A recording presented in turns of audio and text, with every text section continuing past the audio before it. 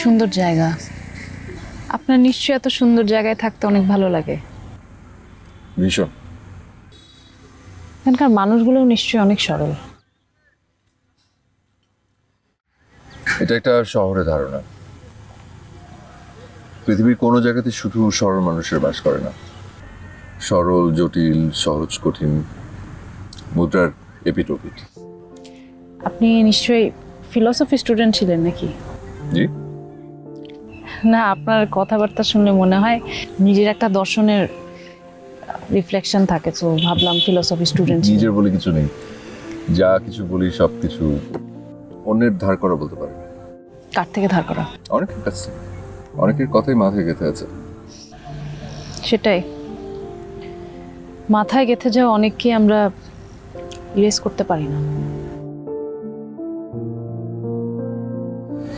সমস্যাটা এখানে, ইরেজ করার চেষ্টা কেন করবেন? যত বেশি ইরেজ করতে চাবেন ওটা তত বেশি আপনার মাথায় গেঁথে যাবে। তাহলে কি সেখান থেকে মুক্তির কোনো উপায় নেই? কেন থাকবে না? নতুন স্মৃতি তৈরি করুন। আপনি যত বেশি নতুন স্মৃতি তৈরি করবেন দেখবেন পুরনো স্মৃতিগুলোতে ধুলো পড়ে গেছে। ওই নতুন স্মৃতির ভিড়ে পুরনো স্মৃতি সব হারিয়ে যাবে।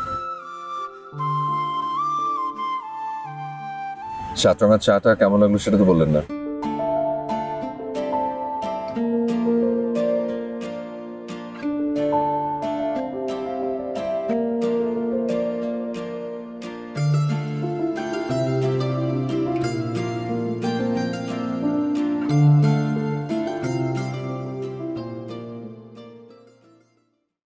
রুবেল, একটু মশলাটা একটু দিবি?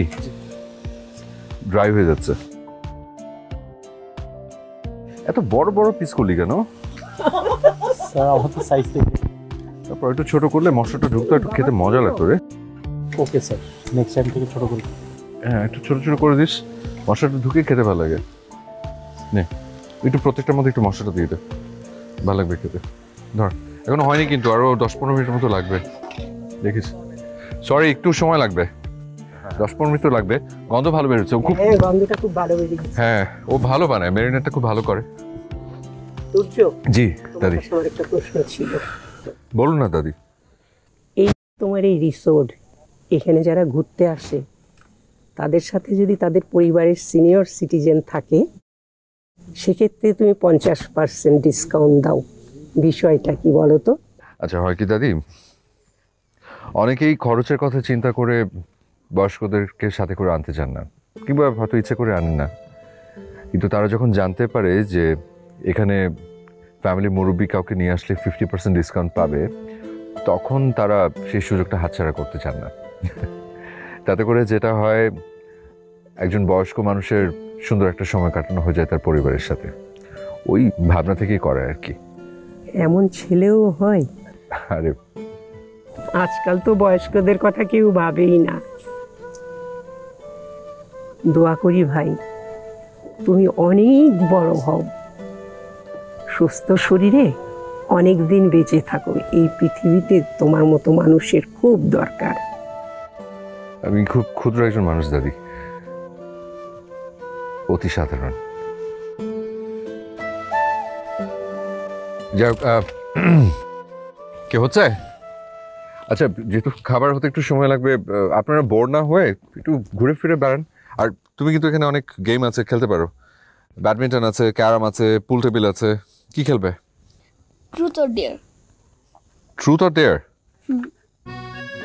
তুমি খেলো এটা সবার সাথে? ওকে, চলো, আমি তো খেলতে পারি নাকি?